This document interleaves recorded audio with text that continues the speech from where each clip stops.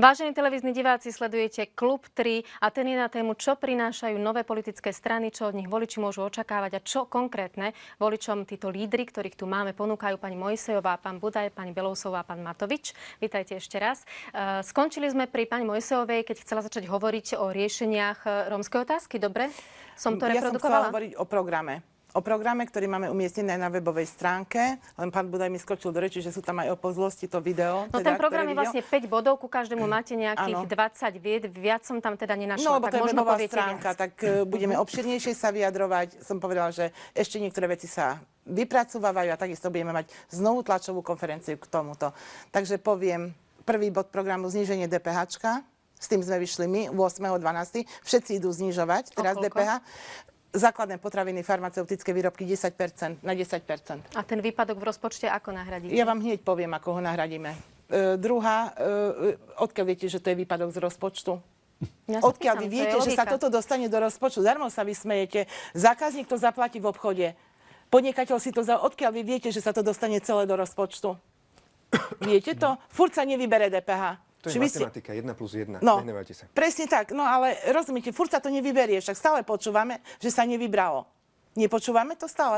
A prečo by sme nemohli mať 10% na DPH-čko? Mohli by sme mať, ale musíte zároveň povedať, koľko to bude stáť a z čoho to zaplatíme. Sme v situácii, kedy každý rok zadlžujeme naše deti a vnúčatá o vyše 100 miliárd korún. Vy politici a vy teraz povedzte, znižme DPH-čku, ale odkiaľ to zaplatíme? Ja vám to za chvíľočku poviem. Za chvíľu vám to poviem. Dojdeme k tým bodom. Ďalšia vec sú podnikatelia.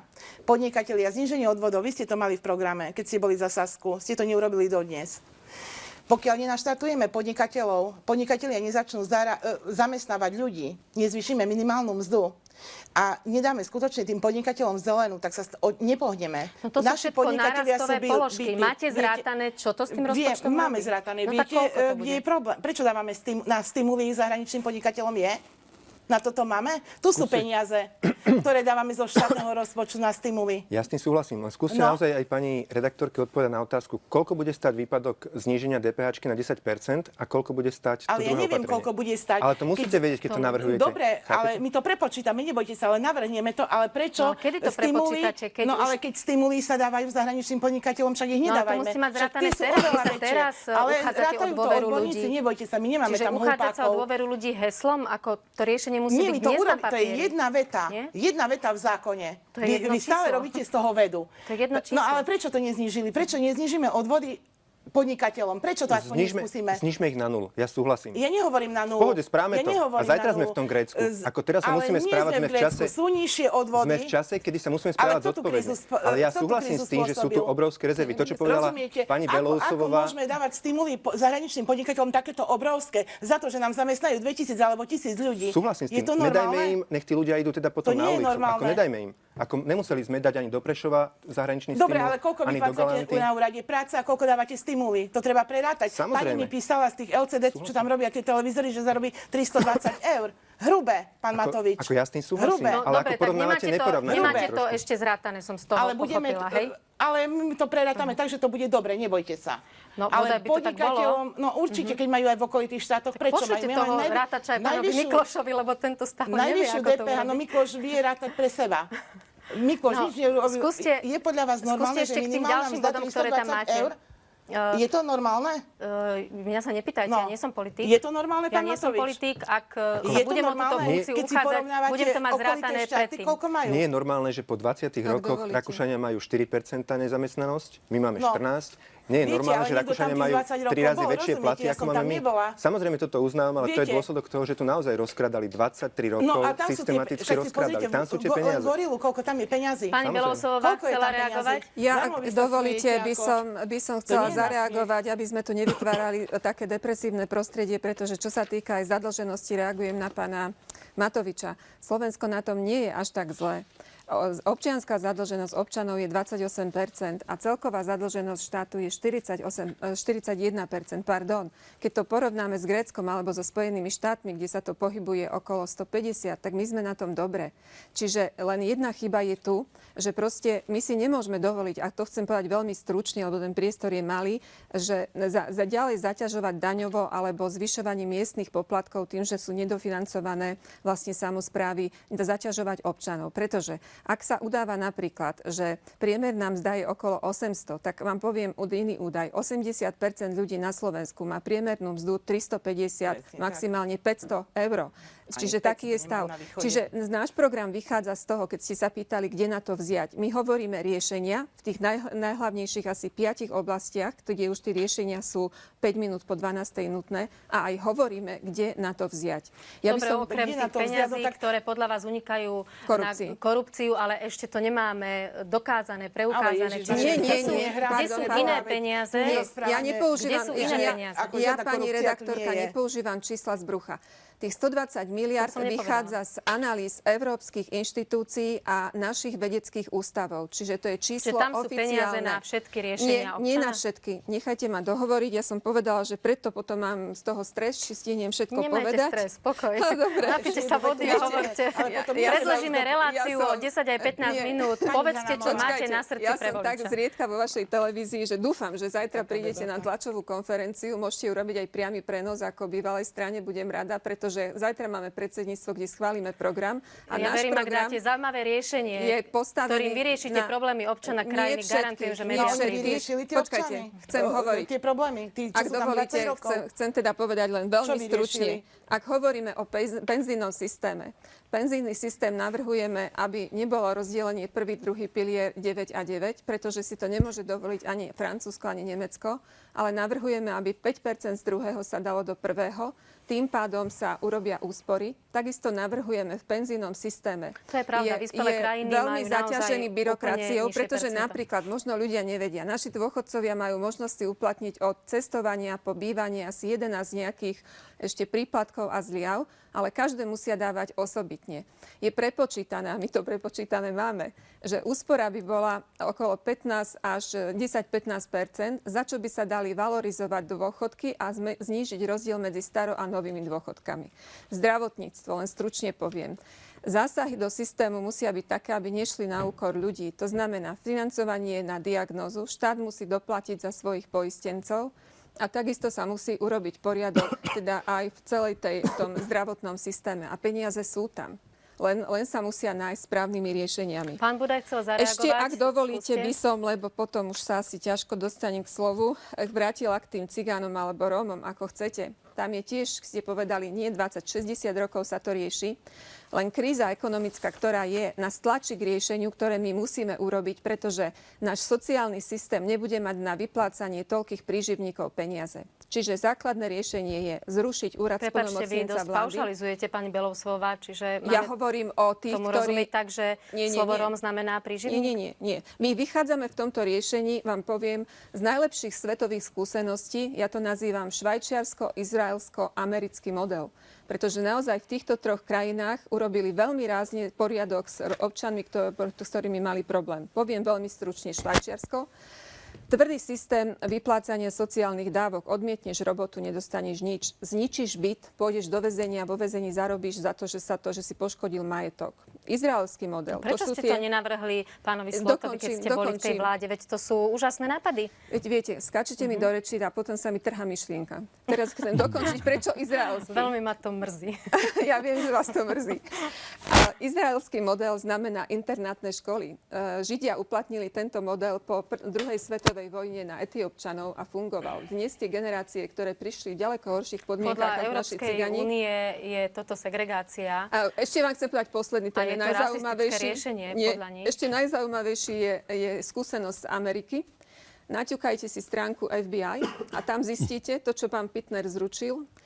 Pinter, bývalý nebohý minister vnútra. Pitner, pardon. Tam vedú štatistiku trestných činov podľa rasy. Tam nájdete napísané napríklad zadržaný a odsúdený za vraždu FBI. Bašta demokracie USA. Je tam Paušalizujete. Nie je to fér voči Rómom, lebo 60% slovenských Rómov je integrovaných, pani Belousová. Kde sú v Malackách integrovaní? 60, to je preukázateľný štatistický údaj. 60% Rómov je integrovaných do spoločnosti. Aké číslo, pani Kanamová, povedzte? Prosím? Koľko je to v absolútnom počte, tak odhadnete. Od 360 000 do 420 000. Z čoho vychádzate? Štatistiky? To sú štatistické údaje. Nie, štatistické ščítanie ľudu. ľudu, asi s blúdou, ščítanie ľudu hovorí, že k cigánom sa hlási k Rómom 90 000 obyvateľov. Tak prečo hádžete house numerami 100 000? Nehádžeme house numerami, to sú štatistické údaje. Pán Budaj, skúste vyreagovať. Ešte by som rada povedala, že skutočne FBI vedie v evidenciu trestných činov podľa bieli, čierni, Hispanci, Aziati. To znamená, že je to správne?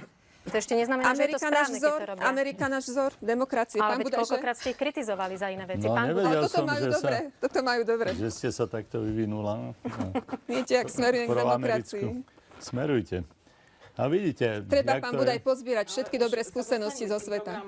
Nech sa páči, hovorte o programoch. Má pán Budaj slovo, potom pán Matovič. Ja si dovolím taký povzdych, pretože samozrejme tie staré strany, ktoré sa u vás minule prezentovali, ktoré si tu tak bahnili, tie nepotrebujú veľa rozmýšľať. Zdá sa im, že tie značky ich odvezú do toho parlamentu a že v tej partokracii, v tom klientelizme a podobnom budú žiť aj naďalej. A možno sa to aj stane.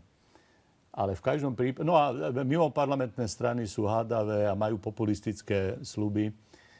A je tu ten problém, že v tejto kríze je veľmi lacné dávať také sociálne alebo dokonca rasové populistické ponuky tým občanom. Dobre, tak ako máte vy konkrétnu, lebo z toho sa nič nestane. Až vám začnú na východe rabovať tí Romovia, že vy osekáte všetko. Nebude čo rabovať. Bude. Však už tam nie je čo rabovať. Obchody vám budú rabovať, lebo to už bolo. Všetky sú zatvárané. Všetci podnikatelia zatvárajú dovolíte, obchody. Tak teraz som mal trochu priestoru, že by ste láskavo vydržala. No ale nič nehovoríte, viete. Áno. Nič. Posúdi Smejte sa, nepoviete. No čiže skúste konkrétne riešenie, napríklad teda, keď už hovoríme o tejto otázke. Ako to riešiť? Prosím, nepočul som kvôli pani Mojsejovej. Ešte raz. Ako teda riešiť napríklad túto konkrétnu otázku? Keď už sme u nej začali, aby sme mali nejaký ucelený aspoň jeden komplex, lebo určite všetky problémy Slovenska a sveta nevyriešime v jednej relácii. Čiže ako by ste toto riešili? A hovorme o hmotne odkazaných, prosím. Nehovorme o Rómoch, lebo naozaj u nás neexistuje zasa údaj taký, ktorý by tých Rómov vyraďoval z nejakej štatistiky poberateľov hmotnej núdze. No, v každom prípade hmotne odkázaní a vôbec sociálne problémoví občania existujú na Slovensku. Existuje aj fenomén rómskych osád, ktoré sú veľmi krízové. Čiže to skutočne Európska únia vníma. Ja si myslím, že to riešenie je dlhodobé, to riešenie nie je z hodiny na hodinu, nie je na jedno volebné obdobie. A kto to rozpráva, tak klame. Je to práca s ľuďmi, to sú živé tvory, tam žiadne populistické rečičky nepomôžu. Je to práca s výchovou, je to aj problém zdravia. A je to aj problém vplývania, zdravia, napríklad Slovenska... Vieme o tom, že tam deti zomierajú na podvýživu. Ja som sa s tým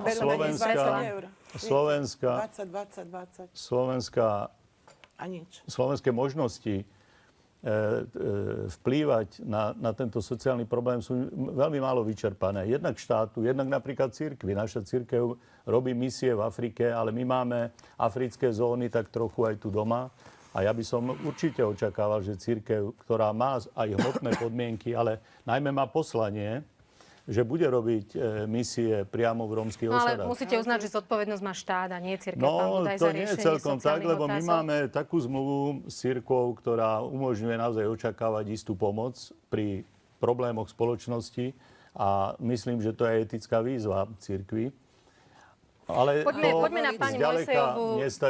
To zďaleka nestačí a opakujem, problém je klamať teraz voličov a tvrdiť im, že za rok, dva sa rómsky problém odstráni. Čiže dlhodobé riešenie zaangažovať cirkev. Rozumieme tomu zatiaľ. Hneď dostanete slovo, pán Matovič, ale pani Mojsejová, ja mám taký pocit, že má na jazyku naozaj riešenie rómskeho problému. Sem s ním. No, vy ste pozerali tlačovku, že? Vy nepoviete, že ste nepozerali. No, ja som tam povedala, ja nesúhlasím s tým, ani naša strana nesúhlasí s tým, že dávame 20 eur na povinnú školskú dochádzku, že dávame 20 eur na obedy. No, sociálne odkázaným. No, to nedávame len Rómom, to dávame aj iným. No, to nedostávajú oni. A kto? To dostáva škola, to nedostávajú oni do rúk. Oni dostávajú. Nie. Oni dostávajú. Nie. Na povinnú školu. Potom dostáva toto dieťa, ale oni to do rúk fyzicky. Tieto peniaze, konkrétne tieto dávky, dostávajú na dieťa, ale oni ich do rúk nedostávajú. A motivačné dostávajú? Motivačné dostávajú? Hovorili sme o týchto dvoch dávkach. No a ja hovorím o ďalších dávkach, ktoré dostávajú do ruky. No čiže riešenie je aké? No nedať. Nedať nič? Nedať nič. A tie odpracovať. Ešte viac ich bude zomierať z podvýživy? Pani Michanová, tie deti to nemajú, oni to nedostanú. K tým deťom sa to ani nedostane, lebo tie deti sú holé, bosé, hladné. No a potom reálne, keď nedostanú dávky, tak budú si tú obživu zháňať, napríklad, ako naznačil pán Budaj, zvyšenou kriminalitou. Aktivačné práce existujú. A potom peniaze na viac policajtov, kde vezmete? Nebudú to také isté peniaze? Aktivačné práce neexistujú? Keď môžu iní robiť aktivačné práce, prečo nemôžu oni robiť aktivačné práce? Ak dovolíte drobnú reakciu. Nemôžu? Ešte pán Matovič nech zareaguje, že či si teda myslí, že toto je to správne riešenie, nedať dávky hmotnej núdzi. Nedala by som. A nechať ľudí bez dávok. Miest na aktivačné práce nie je dostatok. Takže akože aj niektorí by možno chceli robiť, ale sú iné práce, hej? Treba vymyslieť iné. A viete vôbec, skúste povedať, máte predstavu, koľko ľudí na Slovensku napríklad za minulý rok alebo za rok 2010 dostalo tieto dávky hmotnej núdzi? Viete to? Na Slovensku sú zdeformované. Ja sa pýtam, či ste sa s tým viete to vôbec, o akom čísle hovoríme? Chceli sme to zistiť, nezistíte to. Stále dostanete iné číslo. Viete to, pán Matovič? Myslím, že 60 000 ľudí alebo 200 000 ľudí, teraz neviem, či sa mi... 200 000 ľudí je dlhodobo nezamestnaných a 200 000 ľudí, tuším, berie dávky 373 000 ľudí dostáva dávky hmotnej núdzi, to je zhruba nejakých 183 000 rodín. Teraz vám chcem povedať jedno, si to vyrátajte, koľko to je táto koalícia napríklad má splnomocnenia pre riešenie rómskej otázky. Mala štátnu tajomníčku, ktorá takisto Nikolsonovú, ktorá mala riešiť túto otázku. Táto koalícia pravicová za rok a pol neurobila jedno jediné opatrenie na riešenie rómskej otázky, tohto problému. A vy osobne aký návrh ste k tejto jediné otázke priniesli? jedno opatrenie, ktoré bolo, tak bolo to, ktoré navrhli 4 poslanci, problematickí poslanci, 4 poslanci za obyčajných ľudí, ktoré sme si presadili, a to je vlastne pravidlo, ktoré platí od začiatku tohto roka, že ak matka, ktorá je doma so svojimi deťmi, ako s dieťaťom do 3 rokov, a ostatné deti nepošla do školy, tak automaticky má krátený rodičovský príspevok na polovičku. Od nového roka to platí a tam som trošičku sa ohradil, keď ste hovorili, že cirkev sa nezaujíma o Slovensko, alebo o tieto getá, alebo vlastne o osady rómske, a že aj tu by mali robiť misie, tak práve napríklad tam poznám reakciu Jozefa Červeňa, Salesiana, ktorý dlhé roky pôsobil na Luníku 9, ako misionár v podstate, a ktorý práve na toto opatrenie reagoval a veľmi ho vítal. Lebo prišiel na Luník 9 a hovorí, že v marci niekedy a pozerá, že kde sú decká. Vždycky decká boli na ulici a odrazu decká neboli na ulici. Pýta sa, čo sa stalo. Hovorí, hops, od nového roku platí opatrenie, že keď tie deti nie sú v škole, tak automaticky matky majú krátený rodičovský príspevok. Čiže toto bolo jedno zásadné opatrenie, ktoré zabralo. Lebo my sa na tento problém musíme pozrieť cez deti. Lebo tie deti v tých osadách, alebo tak, nebudem hovoriť o osadách, ale v týchto hmotne odkazaných rodinách nemajú, bohužiaľ, pozitívny vzor doma. Oni nevidia, že keď chodím do školy... Ak dieťa nepostupuje v integrácii. Rozumieme tomu dobre? To dieťa nevidí, že sa oplatí študovať, lebo to dieťa vidí, že však otec študoval, ale prácu nemá. To dieťa nemá pozitívny príklad. Prepáčte, ale pán Matovič, musím reagovať, kde ten otec osady študoval, keď má 4 ľudové skončené. Tu v prvom rade musí platiť rovnosť občanov pred zákonom. My zákony máme dobré. A v druhom rade musí platiť princíp, že nič nikto nedostane zadarmo. To je hlavný princíp. A to, čo ste hovorili, ako je možné, že sociálne úrady nefungujú, keď tam tie deti behajú s holými zadkami, už mali byť v tom, čo ja nazývam internátne školy. Toto musí platiť. No, a nadviažem na pána hrozíaci štrajk pracovníkov úradov práce, ktorí hovoria, že za také nízke peniaze sa nenechajú ohrozovať. Na pána Budaja, ak dovolíte, len jednou vetou, ktorý povedal, že práca s ľuďmi. Ja by som to zmenila, pán Budaj, na práca ľudí. Choďte sa pozrieť po mestách, po lesoch som minule išla štátnych, tam máte tony a tony dreva. Vyhnať ich do lesa, aby zbierali tieto, stiahovali to, lebo to je ručná práca a zarobili si, až tak dostali tú dávku. A môže napríklad na báze toho fungovať aj jedna tepelná elektráreň, keď sa všetci z tých osad dajú do práce a nebudú tam ležať a zaoberať sa bohviečím. Možno by ste mohli urobiť taký pokus, že by ste sa vysťahovali na mesiac, každý z vás do tej osady, natreli si tvár na čierno a skúsili sa uchádzať napríklad o prácu. Možno by aj tie slova boli trošku také miernejšie, pani Belousová. Pán Budaj chcel zareagovať? To je, prepáčte, akože nie som konfliktný človek, ale hlúposť, čo ste povedali, pretože každý sa hovorí, pomôž si človeče, aj Pán Boh ti pomôže, ale nikto nemôže predsa byť pasívny a čakať, že mu každý mesiac donesú dávky. A uvedomte si, že ako stúpa agresivita cigánov. Môžete to tak vidieť, že je to hlúposť. Môžete to takto vidieť. Faktom ale je, že často, najmä aj pri vás, možno aj pri pani Mojsejovej, taká empatia mi trošku mne osobne tak chýba, možno iným nechýba, možno vaši voliči, možno sa im to páči. Že tá empatia napríklad pani Mojsejová k odkázaným ľuďom tá empatia, ako vy stále šírite, že ste boli, alebo že ste bohatá, ale nepočula som, že by ste sa angažovali v charite alebo v takých veciach, kde sa prejaví tá empatia. Ja sa pýtam, nepočula som. Možno médiá o tom nepísali. Povedzte mi, že či prejavujete takú empatiu k odkázaným ľuďom, alebo len nadávate, že majú ísť robiť? No ja by som v prvom rade musia robiť. Nič zadarmo. Kto dá? Mne dá niečo niekto zadarmo? Tiež musím robiť. Koľko podnikateľov musí robiť, sa trápi. Zamestnávajú ľudí, musia dať výplaty, musia zaplatiť odvody. A niekto len tak čaká na dávky. To je podľa vás spravodlivý sociálny systém? Ja sa pýtam na vašu empatiu, lebo keď som vás minule videla, že váš pes minie 500 eur, či koľko ste to hovorili na Šimčičku. A vy hneď tomu veríte. Vy ste to povedali v priamom prenose v relácii. Ja som to že váš pes stojí 500 eur. Nie. Viete, kde ste to čítali? V Plus jeden deň. Vôbec nie. Áno, tam to bolo napísané. Priamy prenos, ja som sa len pýtala na empatiu. No a čo? No a keby aj 1000? No, to je moja vec. Okay, len, že ja som si ich zarobila. Veď ja netvrdím, že nie. Len či máte empatiu k ľuďom, keď vlastne vynakladáte napríklad také prostriedky na psa. No dobré, ale ja robím. Na rozdiel od nich. Ja nečakám, že mi nikto neniesie sociálne dávky. Čiže je to v poriadku No jasné, že to je v poriadku. Napríklad viete, koľko stojí polka chleba, pani Mojsejová? Ja do obchodu nechodím, Braňo chodí, ale myslím, že... koľko stojí, pani Mojsejová? Rohlík stojí, myslím, 20 centov alebo 10. Koľko? Ale 60. 60 centov? Môžem prejaviť empatiu? 0,60 hovorím. Ak dovolíte. Hovorili ste o tej pán Matovič. A chleba koľko stojí, pán Ale Matovič? vy ste povedali, že 18 korún stojí rohlík. 0,06. 0,06, áno. No však som povedala. A chlebík u nás Lanovič stojí 1,1. A chleba polka, pán Matovič, skúste? No u nás Lanovič, čo si kupujeme, tak je 1,1. Ak teda ešte na tú tému empatia, ja podporujem jeden nemenovaný detský domov a mali by ste vidieť, keď tam prídete, stačí voľné oko, že keď sa pozriete, je tam väčšina detí, ktoré pochádzajú práve z tohto cigánskeho prostredia. Tie dotuje tiež štát. Ja by som to zmenila tak, že ak majú zdravých rodičov, tak by museli nútene, povinne pracovať napríklad aj v tých lesoch a prispievať na výživu tých detí, aby to nebolo tak, že ja zoberiem za dieťa pôrodné a potom odložím do detského domova, stará sa štát. Keď má 18 a vráti sa ešte aj s výbavou peňazí, tak vtedy to dieťa príjmem a ryžujem na ňom ďalej. Pán Budaj a potom pán Matovič. No do tejto debaty sa je ťažko včleniť. Tu sa chrlí nápadmi. To nie sú nápady, to je realita. Hlavný nápad je pracovať. Jaké nápady? To nie je reálne, dámy. Dovolíte, pani Mojsejová, teraz ja hovorím. Tak chvíľočku to zneste. No však hovorte už. No, skúsim to na vás, vašou metodou.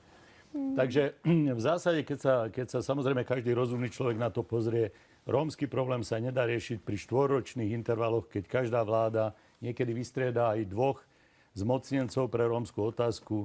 Väčšinou si pamätám, že tí zmocnenci boli celí potešení z toho úradu, chodili a nenavrhli nič. Tak ich treba zrušiť. Bola to neskutočne prerušovaná. Každá vláda mala nejaký drobný nápad, ani ten neurobila. Peniaze sa minuli. Keď tam aj boli nejaké zahraničné fondy, sa nevyčerpali. Veď my sme v čerpaní aj eurofondov absolútne mizerní. Budúci rok sa končí plánovacie obdobie, máme vyčerpaných pokiaľ len 25%. No asi tomu bráni nie byrokracia, ako tu nedávno hovoril pán Bugár, ale možno skôr teda netransparentnosť, pretože pre netransparentnosť nám Európska únia vlastne konkrétne projekty ruší a možno preto nedôveruje a nedáva nám možnosť vyčerpať viac. Vrátim sa k tej konkrétnej otázke. Pokiaľ sa hovorí o tom, čo môžu politici zmeniť, lebo Rómovia sami môžu veľa zmeniť na svojom živote. Hlavne prácou. Mnohí to aj dokázali. To súhlasím. Mnohí to aj dokázali. Ja poznám báječných ľudí. Ale ak máme hovoriť o zodpovednosti politikov, tak proste to, čo sa preukázalo za tých 22 rokov, je to, že odbúralo sa strašne veľa vecí, ktoré vlastne aj niečo prinášali a nevytvorili sa pri tomto štvoročnom intervale žiadne trvalé dlhodobé stratégie. A to dieťa, čo sa narodilo, prežilo, kým išlo do školy 2-3 zmocnencov a neurobili pre ňo nič. Čiže politické elity, hovoríme o politikoch, nehovoríme o tých občanov, hovorím, keď ten občan sa rozhodne, on sa napraví sám. Ak mu majú pomôcť politické elity a vláda, tak musí robiť dlhodobú stratégiu. Musí prísť krížom cez politické strany k dohodám. A pri tejto kríze tie dohody možno sa budú týkať aj mnohých iných vecí, aj ekonomických vecí, nielen riešenia rómskej otázky, ale pri rómskej otázke už vieme, že keď nepríde k trvalému, vytrvalému, dlhodobému liečeniu tej otázky, tak populistické návrhy nezaberú. Máte to v programe, pán Matovič? Zajtra ho predstavíte? Samozrejme, že máme. My máme trošku aj viac.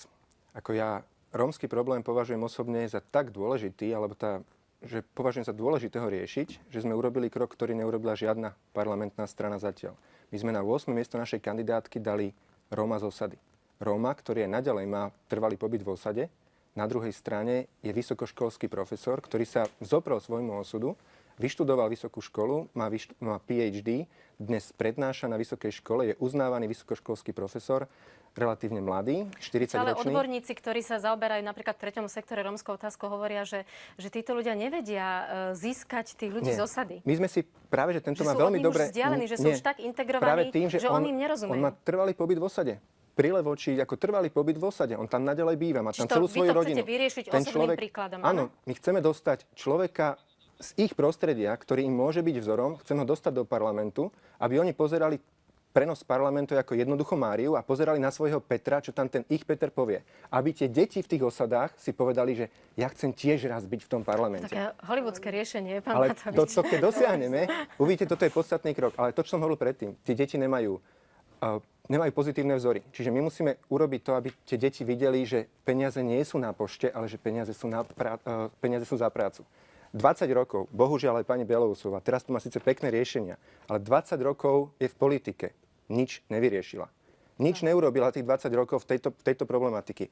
Takisto aj pán Budaj tam bol 4 roky, neurobil vtedy, nepamätám si, žiadny návrh. My sme tam boli rok a pol, spravili sme zásadný návrh, aby tie decká boli v škole. My ich musíme dostať povinne do škôlky, povinne do školy a rodičom nedávať dávky bez práce. Ja viem, že to je teraz ako... Není práca pre ostatných. Keď už ste taký revolučný, ja musím už zastaviť tému rómskej otázky, lebo ona tak tu vyplynula, tak som vás nechala hovoriť, lebo asi ste to tak cítili, že o nej chcete hovoriť.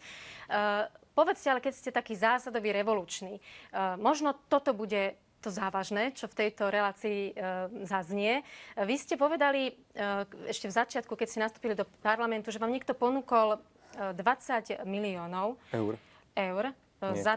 Za to, keď nepodporíte programové vyhlásenie vlády? Dobre si to pamätám? Presne tak. Tak skúste, že povedzte, že kto, lebo minule sme tu riešili, opäť hovorím o tej korupcii, lebo teda pani Belousová tvrdí, že tam veľa peňazí na tie riešenia problémov občanov. Povedzte, že kto. Urobte ten krok, na ktorý tu všetci čakáme, že vlastne nie je toho, kto by začal a pomenoval. Kto vám ponúkol úplatok? Ak by to bolo, ja som to asi v 10 reláciách minimálne už hovoril, asi to meno možno ste povedali? Nie. Na túto otázku som odpovedal ešte raz, asi v 10 reláciách. Na túto otázku, kto sa dá odpovedať iba menom. Čiže urobte ten prierez. Nedá sa odpovedať iba menom. Možno začneme odznova v riešení korupcie. Ak by to bola korupcia, tak vám poviem to meno a poviem ho tým orgánom, ktoré sú na to určené. Čiže orgánom činným v trestnom konaní. Minule tu pán Bugaj rozprával o tom, že v tom je problém, že sa nič nevyšetrí nikdy, pretože nie je toho, kto by odvážne prišiel a vypovedal. Problém je v tom, že politici si píšu zákony, na základe ktorých majú byť odsúdení. Politici si dosadzujú do polície, do súdov, do prokuratúry ľudí, ktorých majú kontrolovať. Kto vám ponúkol úplatok? To je veľmi jednoduchá otázka. Ak by to bola korupcia, tak dávno to vie polícia, prokuratúra a ten človek je odsúdený. Keď vám niekto ponúkne 20 miliónov, čo to je? Žart. Ľudí, ktorí mi chceli po voľbách, kamarát, ktorým som sa stretal 3-4 razy do roka, nie príliš často, tak chceli mi zagratulovať, lebo som spravil niečo, čo sa dotedy nikomu nepodarilo, že 150. miesta prekružkovať na 4. A vymysleli si fórik a ja som im na ten fórik skočil. A Dilinko, lebo mi Richard Sulík povedal, že keď ti niekto bude ponúkať úplatok, hneď to zverejní. Hneď som to zverejnil. A za hodinu prišiel za mnou s plačom, že či blázne. Ale to nie je, že aké krásne vysvetlenie. Vy ste zo scenára naozaj z toho Viete, čo skoro Hollywood nám tu predvádzate, pán Matovič. Ale vy ste chodili vtedy, ja si pamätám, pred kamery pravidelne v Národnej rade a hovorili ste novinárom, že vďačný za každý objektív, že jednoducho niekto vám ponúkol 20 miliónov, úplne s vážnou tvárou ste to hovorili a keď prišlo na lámanie chleba, tak ste povedali, že to bol vtip. Prepáčte, ale toto správanie vás vykresluje dostatočne jasne. Proste jednoducho povedzte to meno, pretože normálni ľudia takéto vtipy nerobia. Ja som povedala, že som 20 rokov v politike, teda možno nemám takých kamarátov, možno nemám takú cenu, alebo možno vedia, že ja by som to... Ale aké mená? Povedzte, ktoré chcete vedieť, ja vám všetko poviem. Hovorím, konštatujem, povedzte, že ktoré teda... mená chcete, ja vám všetko poviem. Viete čo, váš problém je teraz ten, že ja som vám povedal, že za 20 rokov ste neurobili nič s cigánskou otázkou a teraz sa vás to dotklo. Nie je problém, že keď si niekto so mnou urobí žart a nepoviem to meno. Problém by bol, keby som tie peniaze zobral. Ja sa divím na to parabolou, ktorú ste prešli od cigánov k svojim úplatkom, ktoré nechcete zverejniť, alebo pokusu o úplatok, veď to je vážna vec. No, nezverejní. Povedal svoj názor, buď mu voliči uveria, alebo mu neuveria. Keď zajtra za vami príde vaša suseda a povie vám, že vám dá 20 miliónov eur, tak je to úplatok? No tak je to pokus o úplatok. Suseda, keď vám povie 20 miliónov eur, čo vám dá? A moja suseda v Čaci mi takýto úplatok nedá byť, aj keď predala. Nech sa páči. Veď nie som preto, aby som ich zvládla, ale aby som skúsila im dať priestor, aby povedali, čo chcú. Prišlo mi to vtipné, rozumiete? Takéto vtipy na úrovni 20 miliónov lieta, to si každý nedovolí. Teda. To som ja za 20 rokov nezažila. Pán Budaj, vám niekto dával za tie roky v politike takéto vtipy alebo návrhy? Mňa odhadujú, že neberem. Aj mňa? Preto asi. Prosím vás, ja by som chcel povedať, že naozaj to, čo je dôležité, je, aby tá partia, ktorá sa uchádza o dôveru voličov, najmä ak je mimoparlamentná, aby naozaj sa skladala z odborníkov, z vytrvalých ľudí. Ja sa cítim povinný to povedať, ak môžem, ak by to neprekážalo, že na tej kandidátke je Juraj Smatana, vynikajúci ekológ z Povazkej Bystrice, poradca predsedničky vlády Radičovej. Je tam William Fischer, profesor, prvý kardiochirurg, ktorý operoval srdce. Je tam pán Sedmák, odborník. Je tam dosť odborníkov. Odborník na rozvoj vidieka. My vidíme skôr práve... to bol priestor na hovorenie tých riešení problémov občanov. Rozobrali sme tú rómsku otázku, ako sa možno len dalo. Skúste ešte k tomu riešeniu nemenovať kandidátku, prosím. Že tie riešenia naozaj nie sú len o rómskej otázky, je tu aj zvyšok obyvateľstva.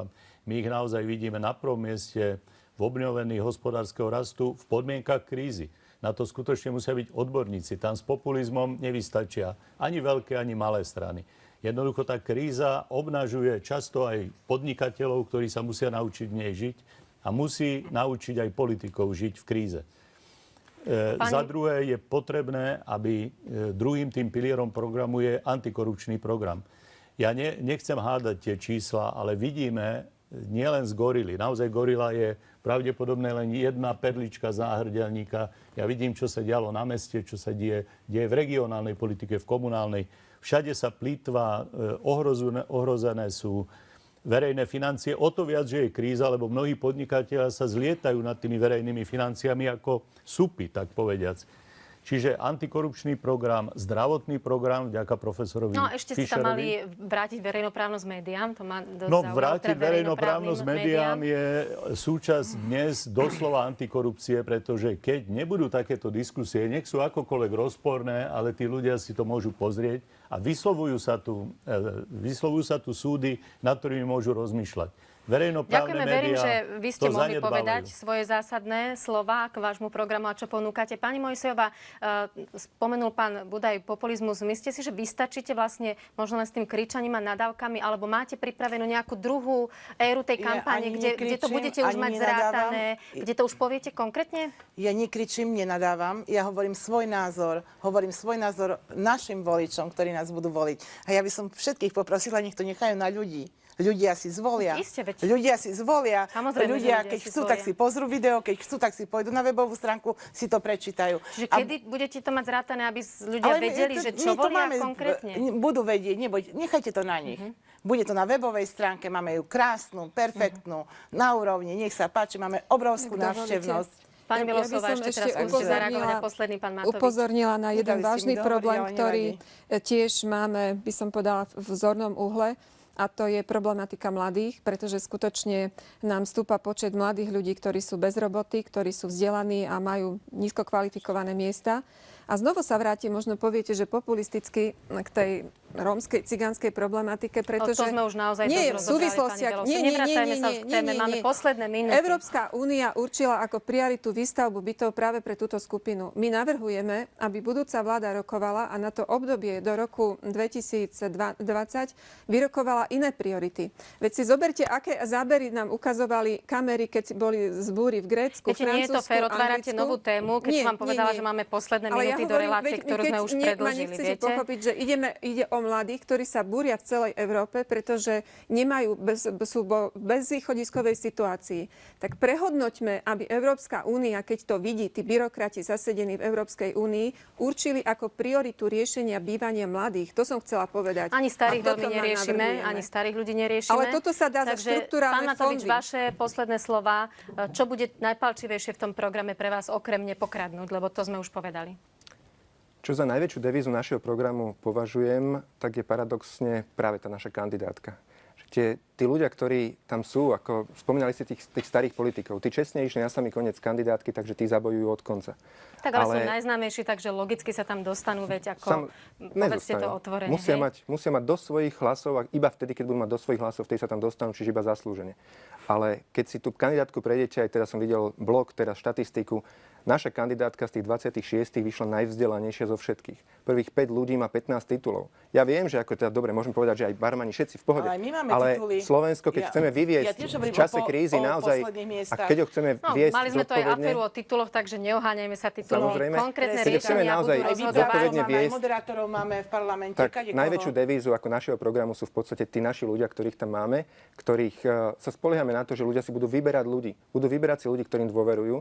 A toto si myslím, že by mali robiť v týchto voľbách všetci voliči aj ostatných strán, že nevoliť naozaj cvičené opičky, ľudí, ktorí sú ochotní vzdať sa svojho svedomia a presvedčenia, ale voliť osobnosti, ľudí, ktorým dôverujú a vtedy sa Slovensko môže pohnúť niekam dopredu.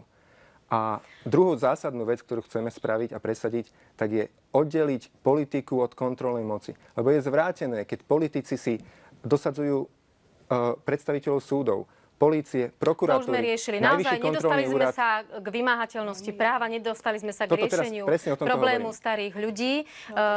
Reálne aj vy ste autormi tejto diskusie, môžete si brať slovo, ja som vám to povedala v úvode. Keď ste si ho nevzali doteraz, odteraz už nemôžete, lebo náš scenár sa naplnil. Ja vám veľmi pekne ďakujem za naozaj aktívnu účasť. Bolo mi cťou, dámy a páni. Majte sa pekne, dovidenia ešte. Aj vám, vážení televízni diváci, veľmi pekne ďakujem za to, že ste sledovali Klub 3. Verím, že aspoň na pár otázok sme dali odpovede. Možno vás niektorých nové strany a ich lídri, alebo aj staronové strany a ich lídri presvedčili, možno nie. Je to naozaj na vás. Verím, že Klub 3 budete pozerať aj o týždeň v utorok o 21. hodine. Tému sa dozviete cez uputávky, ale môžete nám už dnes posielať otázky. Aj dnes som z mnohých vašich otázok čerpala na adresu klub3@teatri.com. Ďakujem pekne.